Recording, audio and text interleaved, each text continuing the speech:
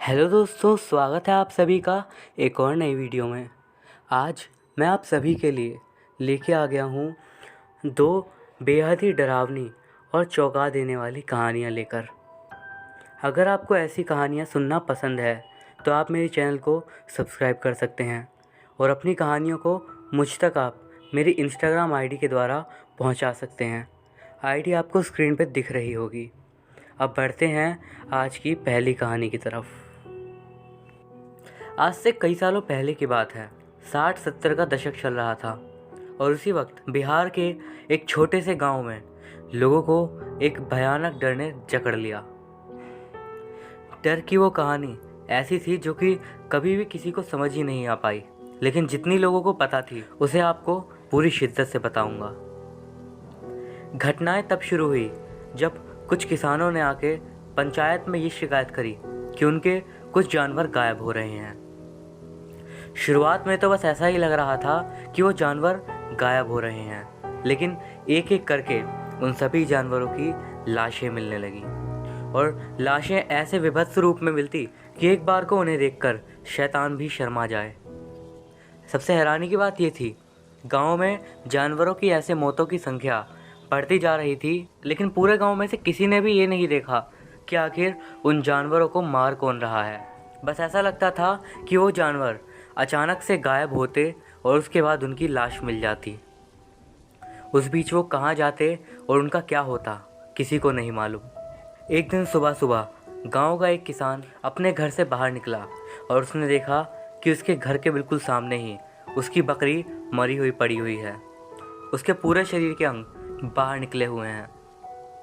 सामने खेत के बिल्कुल पास में ही एक खून का मानो तालाब सा बन चुका था।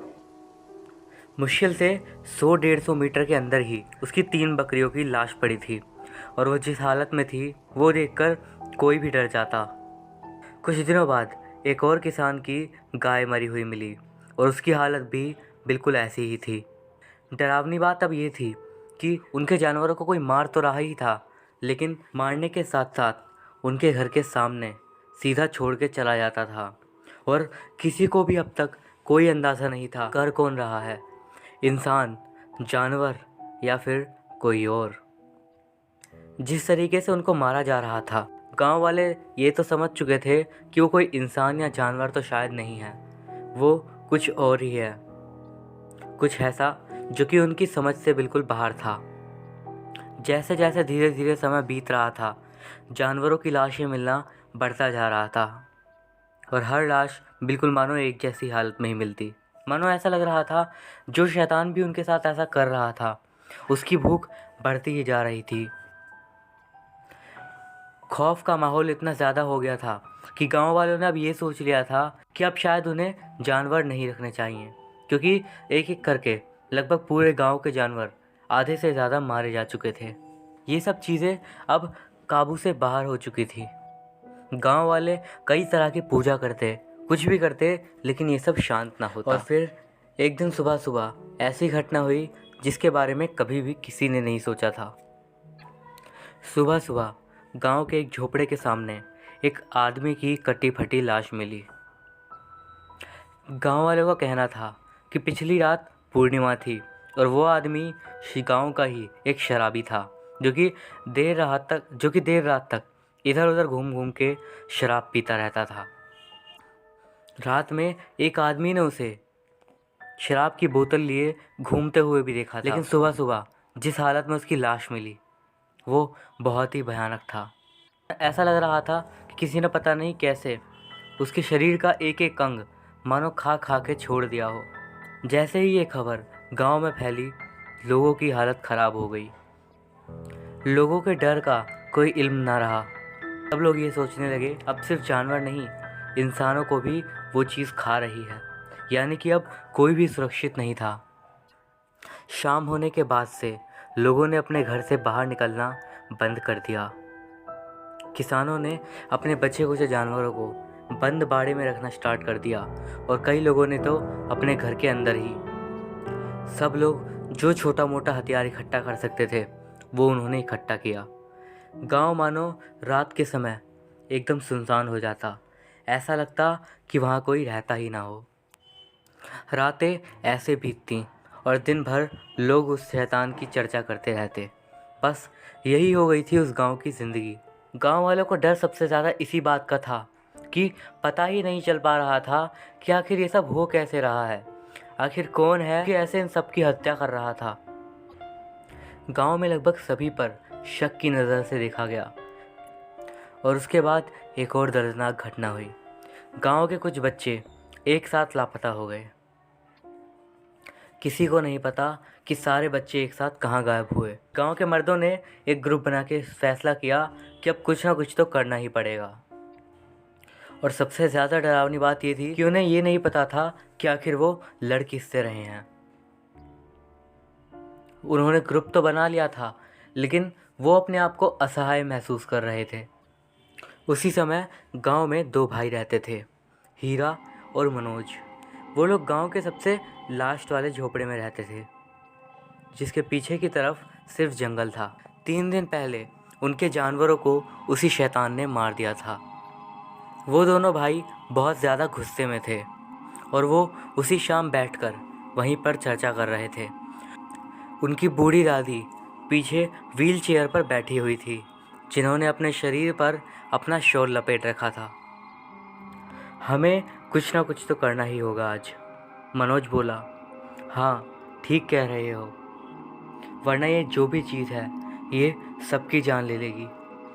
हाँ भाई, तुमने सही कहा, ये जो भी चीज़ है, आदमी या फिर शैतान, एक बात तो है, ये सिर्फ पूर्णिमा की रात में ही जान लेता है। और आज एक बार फिर से पूर्णिमा की रात है। आज हमें देखना ही होगा कि आखिर ये क्या हो रहा है। लेकिन हमें इस बात से भी सावधान रहना होगा कि आखिर वो चीज़ है क्या, ये हमें नहीं मालूम। वो एक ऐसा शैतान है जो कि बिना चेतावनी दिए सीधा हमला कर देगा। मानो किसी भूत की तरह वो इन जंगलों में भटक रहा है। सच में वो बेहद ही ज़्यादा खतरनाक होगा। दोनों भाई डरे हुए थे, लेकिन हिम्मत इतनी थी कि वो एक दूसरे से ये वादा कर चुके थे कि आज रात पता लगा के ही रहेंगे। वहाँ से उठने से पहले उन्होंने अपनी दादी से पूछा, प्लीज़ प्लीज़ माँ, हमें आशीर्वाद दीजिए। लेकिन हैरानी की बात ये थी कि उनकी दादी ने उनकी तरफ देखा भी नहीं। पिछले कई सालों से वो बिल्कुल चुपचाप अपनी ही दुनिया में मगन रहती। दोनों भाइयों ने भी ध्यान नहीं दिया और अपनी बातचीत करते हुए वहाँ से उठ गए। मनोज ने पता नहीं कहाँ से एक पिस्तौल का इंतज़ाम कर लिया। उसके बाद दोनों ही लोग गांव के उस पुल पे पहुँच गए जिससे गांव के मेन इलाके में जाया जा सकता है। हम मेन रास्ते पर ही खड़े हो जाएंगे और अगर वो जो भी चीज़ है वो आज रात आई तो उसे कम से कम हम दोनों में से किसी एक के सामने से जाना पड़ेगा। मैं उस गली के सामने चला जाता हूँ और तुम इस गली के सामने रहना। हम दोनों इतनी दूरी पर रहेंगे कि एक दूसरे को आवाज़ मार के बुला सकें। इस पर हीरा ने कहा, भाई लेकिन हमारे पास सुरक्षा के लिए क्या है? मनोज ने थोड़ा शांत भाव से उत्तर दिया, हम दोनों हैं एक दूसरे की सुरक्षा। कुछ भी दिखे मुझे आवाज़ मार देना। ये बेहद ही खतरनाक काम है जो हम करने जा रहे हैं, लेकिन किसी ना किसी को ये करना ही होगा क्योंकि नहीं पता कि उसका अगला शिकार कौन होगा। हम बस हाथ में हाथ रखे बैठ नहीं सकते। वो दोनों अलग अलग गलियों के सामने जाकर खड़े हो गए। इनके आगे वो पुल था। मनोज के हाथ में वो पिस्टल थी और हीरा के पास एक बड़ा सा चाकू। घर से निकलने से पहले हीरा ने अपनी दादी से बस इतना कहा, ओ माँ, हमारी चिंता ना करना, हम आपके पास ज़िंदा लौट कर आएंगे। इस पर उनकी दादी बस एक हल्की सी मुस्कान दे दी और चुपचाप बैठ गई। रात काली और बिल्कुल शांत थी।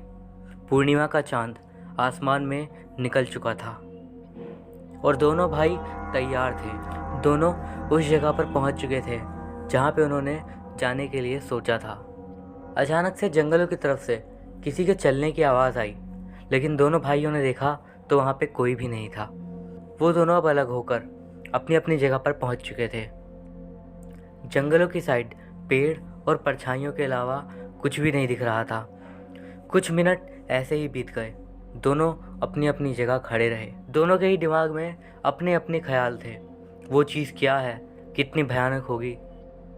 कहने को वो एक दूसरे के सामने ही थे, लेकिन अंधेरे के कारण देख नहीं पा रहे थे। हीरा अपना चाकू लिए जंगल की ओर घूरे जा रहा था। उसको काफ़ी ज़्यादा डर लग रहा था। उसे अपने हाथ कांपते हुए महसूस हो रहे थे और पसीना निकलता हुआ। वो उस जगह पर खड़ा था कि अचानक से उसे आई किसी के चलने की आवाज़। बेहद सहमा हुआ हीरा पीछे मुड़ के देखा तो उसे कोई भी नहीं दिखा और एक बार फिर से वो आगे देखने लगा। उसके बाद दुनिया की सबसे डरावनी छुअन महसूस हुई। उसने महसूस किया कि उसकी पीठ पे किसी के बहुत ही पैने नाखून आ रहे हैं। मन ही मन वो समझ गया था ये किसी के 10 नाखून हैं जो कि उसकी पीठ पर सहला रहे थे। हीरा ने एक जोरदार चीख मारी। मनोज ने जैसे ही वो चीख सुनी, फौरन अपनी गन लेकर वो उस तरफ भाग के आने लगा। उसे अपने भाई को किसी भी हालत में कुछ नहीं होने देना था। वो उस जगह पे गया जहाँ उसका भाई था और निशाना लगाने लगा, लेकिन उसे अंधेरे में कुछ भी नहीं दिख पा रहा था। उसे फिर पुल वाली तरफ से अपने भाई की चिल्लाने की आवाज़ आने लगी, भाई ये वो है, भाई ये। इसके बाद उसे कुछ भी सुनाई नहीं दे पाया। उसने उसी अंधेरे में अपनी गोलियां दाग दी, लेकिन कुछ भी नहीं हुआ। उसके बाद सामने से बहुत ज़ोर से भागने की आवाज़ आई और ऐसा लगने लगा कि कोई चीज़ मनोज की तरफ तेज़ी से भागते हुए आ रही थी। अगले दिन सुबह सुबह दोनों भाई अपने घर नहीं गए तो गांव वालों को चिंता हुई और गांव वाले उन्हें ढूंढने लगे। और उसके बाद जब वो उस पुल के पास पहुंचे, गांव वाले बिल्कुल डरे सहमे रह गए। उन्होंने देखा दोनों भाइयों की कटी फटी लाश उसी जगह पर पड़ी हुई थी, बिल्कुल खून से सनी हुई, एक के ऊपर एक रखी हुई। गांव वाले बेहद ही ज़्यादा डर गए। जैसे जैसे उन भाइयों की लाशें उठाकर वो उन दोनों को लेकर उनके झोपड़े की तरफ चल दिए। दोनों उनके घर पे पहुंच चुके थे और उनके अंतिम संस्कार की तैयारी भी करने लगे। इतने सारे गांव वालों में से किसी ने भी उसकी दादी के बारे में नहीं सोचा। सब यही सोचते थे कि वो बूढ़ी औरत बस व्हीलचेयर पे बैठी रहती है और वो कुछ भी नहीं करेगी। किसी ने भी ये नोटिस नहीं करा कि आज उसकी व्हीलचेयर खाली है और वो बूढ़ी औरत वहाँ से गायब थी। किसी ने भी ये नोटिस नहीं करा कि वो ऊपर छत पे एक कोने में बैठी हुई थी। छत से बस धीरे से अपनी नज़रें थोड़ी सी उठाकर उसने उन दोनों की लाशें देखी, लेकिन पूरे गांव वालों में से किसी ने भी उस बूढ़ी औरत के चेहरे पे आई शैतानी हंसी को नहीं देखा और किसी ने भी नहीं देखे उस बूढ़ी औरत के वो 10 नाखून जो कि बहुत ही ज़्यादा पैने थे और जो उसने अपने शॉल के अंदर छुपा रखे थे। ये तो थी आज की हमारी पहली कहानी। अब बढ़ते हैं आज की अगली कहानी की ओर। ये हमें हमारी एक सब्सक्राइबर ने भेजी है। आगे उन्हीं के पॉइंट ऑफ व्यू से जानते हैं। मेरी लाइफ में ऐसी 3 घटनाएं हुई हैं जो कि मेरे ख्याल से हॉन्टिंग्स थी। कुछ ऐसी घटनाएं जिन्हें मैं तो क्या शायद कोई भी ना समझ पाए, और मैंने तो ये सब महसूस किया है। मुझे सिर्फ इसीलिए यकीन है, वरना शायद ही कोई मेरी बातों पे यकीन करे। पहली घटना तब की है जब मैं छोटी थी उम्र में, तकरीबन 10 साल की बस। उस समय हम एक किराए के घर में रहते थे। वो घर एक बहुत ही पुराना घर था जिसमें हम रहते थे। हमारे घर के थोड़े आगे की साइड में एक वेल्डिंग शॉप थी। अच्छी बात ये थी कि वहाँ पे एक बगीचा था छोटा सा, जहाँ पर कई सारे पेड़ थे। हमारा घर मुझे तभी से अजीब लगता था जब मैं 5 या 6 साल की थी, या फिर यूँ कहें कि जब से मेरे अंदर थोड़ी सी भी समझ आई थी तब से मुझे उस घर में काफ़ी ज़्यादा अजीब सा ही लगता था। हमारे घर में दिन के टाइम भी ज़्यादातर अंधेरा ही रहता था। वो घर बना ही कुछ इस तरीके से था कि सनलाइट अंदर नहीं आ पाती थी और अंदर मेन रूम में मोस्टली टाइम अंधेरा रहता था। जब तक मैं 10 साल की हुई, हर समय मुझे ऐसा ही लगता कि मेरे को कोई ना कोई घूर रहा है, लेकिन जब भी देखती तो वहाँ पर कोई भी ना होता। हर रात किसी के चलने की आवाज़ सुनाई देती। ऐसा लगता कि कोई बूट्स पहनकर बाहर घूम रहा हो। ये आवाज़ मेरे कानों में आती रहती। वो आवाज़ पीछे बगीचे वाली साइड से आती और आप यकीन नहीं करोगे, मैं उस आवाज़ को इधर उधर जाता हुआ महसूस कर पाती। पहले ऊपर मेरे मम्मी पापा के कमरे में, और उसके बाद सच कह रही हूँ, ऐसा लगता कि वो पैरों की आवाज़ धीरे से मेरे कमरे के बाहर ही आ जाती और उसके बाद थोड़ी देर के लिए वहीं पे ठहर सी जाती। कुछ देर ऐसे ही बीतती और उसके बाद वो आवाज़ मानो धीरे धीरे करके जैसे आई थी वैसे ही चली जाती। जिस टाइम वो आवाज़ मेरे कमरे के बाहर आके रुकती थी, मैं बहुत ही ज़्यादा डर जाती थी और अपने चेहरे के ऊपर कंबल ढक लेती थी। घर के सारे गेट और खिड़कियां बंद रहते थे, लेकिन तब भी पता नहीं ये सब क्या हो रहा था। डर के मारे मैंने अपनी छोटी बहन को भी अपने पास सुलाना शुरू कर दिया, जो कि पहले मम्मी पापा के साथ सोती थी। रात में उसे भी बहुत ज़्यादा डर लगता मेरे साथ, और हम दोनों एक दूसरे को पकड़ के सो जाते।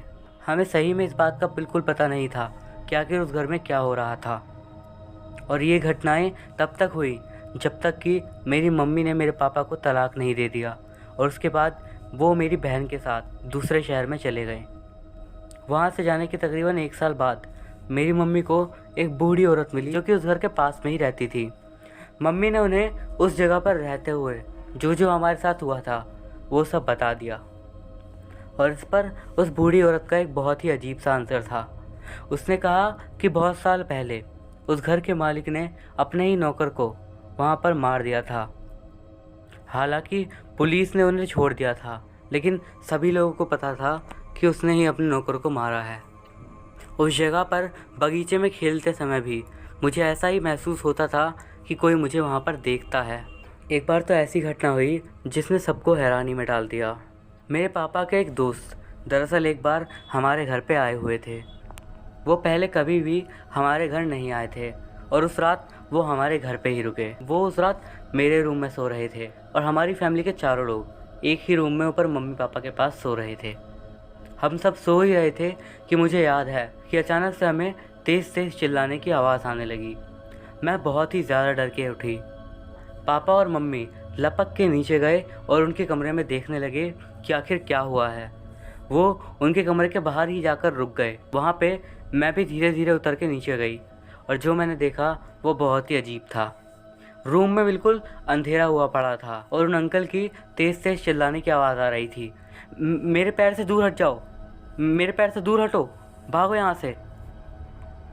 पापा धीरे से पहले साइड से लाइट जलाए और उसके बाद उन अंकल को संभालने लगे। वो अंकल जैसे ही पापा को देखे तुरंत उठे और एकदम से चिल्लाने लगे। मुझे लगा कि बच्चे मेरे पाँव के पास आकर खेल रहे हैं, लेकिन बच्चे नहीं थे। वो कोई और थे।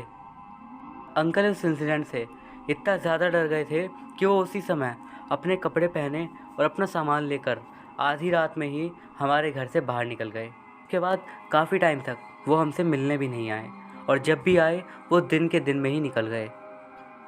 कभी कभी तो मेरे साथ ऐसा होता कि मानो मैं घर के बाहर खेल रही होती तो मुझे ऐसी आवाज़ आती कि मेरी मम्मी मेरे को बुला रही हैं, और जब मैं भाग के उनके पास जाती और उनसे पूछती, जी मम्मी कहिए, तो वो कहती कि मैंने तो तुम्हें अभी बुलाया ही नहीं, फिर तुम कैसे आ गई।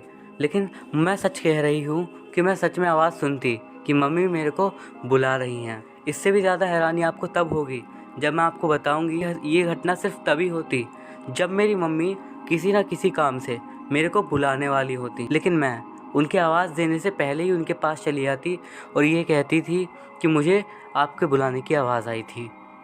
ये घटना सच में बेहद अजीब थी। मुझे नहीं पता कि उस घर में ऐसा क्या था, लेकिन वो जो भी चीज़ थी वो काफ़ी अजीब थी, और ये इंसिडेंट मेरे माइंड में हमेशा घूमते ही रहते हैं। दूसरी घटना कुछ सालों पहले की ही है, जब मेरी शादी हुई थी उसके बाद की। एक्चुअली मेरे हस्बैंड नेवी में हैं। एक बार उनकी पोस्टिंग एक जगह पे हुई, मैं आपको नाम नहीं बता सकती। वहाँ हमें रहने के लिए एक छोटा सा घर भी दिया गया था। हाँ, मैं आपको इतना ज़रूर बताना चाहूँगी कि जहाँ पर हमें घर मिला था उसके पास में ही एक वॉर मेमोरियल था। एक बार मैं अपने पति के साथ उस वॉर मेमोरियल में घूमने के लिए भी गई थी। उसे एक पार्क जैसा बना दिया गया था। वहाँ पे घूमते वक्त हम एक जगह के नज़दीक पहुँचे जो कि एक घेरा हुआ एरिया था, जिसके आसपास चारों तरफ लोहे की ग्रिल लगी हुई थी। एक्चुअली उस जगह पर एक मेजर जनरल की मौत हुई थी। उस दिन हम आराम से अपने घर चले गए। तो एक रात की बात है, मैं और मेरे पति एक बार उनके एक साथी के घर गए हुए थे। रात के समय आते हुए हम उसी वॉर मेमोरियल वाले रास्ते से आ रहे थे। मैं आपको बता दूं कि उस वॉर मेमोरियल वाले रास्ते के बारे में वहाँ पर कई लोगों का ये कहना था कि वहाँ पे कुछ बहुत ही बुरा है। शायद आप इशारों से समझ ही गए होंगे कि मैं क्या कहना चाहती हूँ, लेकिन हम इस बात पे ध्यान नहीं दिए क्योंकि वो हमारे घर का छोटा रास्ता था और हम रात के तकरीबन 12 बजे उसी रास्ते से अपने घर गए और हमारे साथ कुछ खास हुआ भी नहीं। लेकिन जो हुआ वो हुआ था बाद में रात के समय। दरअसल रात में मैं अपने पति के पास ही बेड पे सोई हुई थी। हमारी छोटी सी बिल्ली बेड के पास ही नीचे से लेटी हुई थी। मैं पता नहीं क्यों सो ही नहीं पा रही थी, लेकिन अचानक से पता नहीं क्या सोच के मैंने अपने गालों पे हाथ लगाया तो मैं हैरान रह गई। मेरी आंखों से लगातार आंसू गिरे जा रहे थे। मैं रो रही थी, लेकिन हैरानी की बात यह थी कि मुझे पता ही नहीं था। और उसके बाद जो हमने महसूस किया वो बहुत ही ज़्यादा डरावना था सच में। अचानक से हमारे रूम पे आप सोच भी नहीं सकते कितनी ज़ोर की आवाज़ आई। ऐसा लगा कि पता नहीं किसी ने क्या चीज़ उस दरवाजे पर फेंक के मार दी हो बड़ी ज़ोर से। और जैसे ही ये हुआ उसके बाद रूम की बंद पड़ी हुई लाइट अचानक से जलने और बुझने लगी। ये सच में मेरे लिए बहुत ही ज़्यादा डरावना था। मेरे पति अचानक से उठकर बैठ गए थे और मुझे पकड़ लिए थे और हमारी जो छोटी सी बिल्ली थी वो भी ऊपर बेड पे चढ़ चुकी थी। हमें कुछ भी समझ नहीं आ रहा था कि अचानक से क्या हो गया। थोड़ी देर तक हम लोग ऐसे ही डर के बैठे रहे। थोड़ी देर में ही वो लाइट्स बंद हो गई। उसके बाद भी हम कुछ देर ऐसे ही बैठे रहे और उसके बाद जाकर हम वापस से सोने की कोशिश करें। उस घटना के बारे में मेरे पति से कोई भी बात कभी नहीं हुई, लेकिन इसके बाद से मेरे साथ ही कुछ बेहद ही अजीब घटना शुरू हो गई। मैं दरअसल सुबह सुबह जल्दी उठ जाती थी और जब मेरे हस्बैंड बेस पे जाने के लिए निकलते थे तब वापस से रूम में आकर आराम से सोने की कोशिश करने लगती थी। लेकिन कुछ दिनों से बहुत अजीब हो रहा था। ऐसे ही मेरे हस्बैंड घर से जाते और मैं बेड पे लेटती, मानो मेरी बॉडी पैरालाइज सी हो जाती। ऐसा लगता कि मैं उठने की पूरी कोशिश कर रही हूँ, लेकिन ना ही मेरी आंखें खुल पाती थी और ना ही मैं हिल पाती थी। मैं बस ये चाहती थी कि मैं बस सो जाऊं, लेकिन पता नहीं क्यों दिमाग में एक अजीब सा डर आने लगता था कि अगर मैं एक बार सो गई तो शायद कभी ना उठ पाऊं। पता नहीं मेरे साथ क्या हो रहा था। हो सकता है पता नहीं आप क्या समझो, लेकिन मेरे लिए ये बहुत ज़्यादा डरावना था। मैं महसूस कर सकती थी वहाँ पे कुछ ना कुछ नेगेटिव था। मेरे साथ हर दिन होने लगा। आखिरी बार ये तब हुआ जब मेरे हस्बैंड को एक बार वापस से उनके होम बेस पे ट्रांसफ़र कर दिया गया। उस दिन सुबह सुबह हमने अपना सामान पैक करवा दिया था और मेरे हस्बैंड अपने बेस पे गए थे ताकि वो ट्रांसफ़र ऑर्डर ले सकें। उनके जाने के बाद मैंने सोचा कि मैं क्या ही करूं, तो मैंने एक बुक उठाई और उसे पढ़ने लगी। मुझे अचानक से थोड़ी सी थकान सी होने लगी, तो मैंने उस बुक को फ्रिज के ऊपर रख दिया और बेडरूम में चली गई। बेड पर मैं काफ़ी थकी हुई लेट गई, लेकिन उस दिन जो हुआ वो बेहद ही डरावना था। मुझे पता था कि मेरे साथ क्या होगा, मैं शायद से हिल ना पाऊँ, लेकिन मुझे आराम की सख्त ज़रूरत थी। मैं लेटी और ऊपर दीवार की तरफ देखने लगी, लेकिन सच में जो मैंने फिर देखा वो अनबिलीवेबल था। मैंने देखा कि अचानक से छत की जो सीलिंग थी उस पर शायद किसी की आंख आ गई थी अचानक से, जो कि मुझे ही घूरे जा रही थी। मैं सच में इतनी ज़्यादा डर गई कि पूछिए मत। एक बार फिर से मेरी बॉडी मानो पैरालाइज हो गई। मैं पूरी कोशिश करती लेकिन नहीं उठ पाती। लेकिन तभी अचानक से किसी चीज़ के गिरने की आवाज़ आई। पता नहीं कैसे अचानक से मैं उठ गई और मैं तुरंत ही उठकर बैठ गई। वो आवाज़ ऐसी थी जिसने पता नहीं कैसे लेकिन उस वक्त के लिए मेरी ज़िंदगी बचा ली। जब मैं किचन में देखने गई तो मैंने देखा कि फ्रिज के ऊपर जो अभी मैंने किताब रखी थी वो नीचे गिर गई थी। लेकिन हैरानी की बात ये थी कि वो किताब फ्रिज के ऊपर बिल्कुल बीच में रखी थी, तो ऐसे गिरने का सवाल ही पैदा नहीं होता।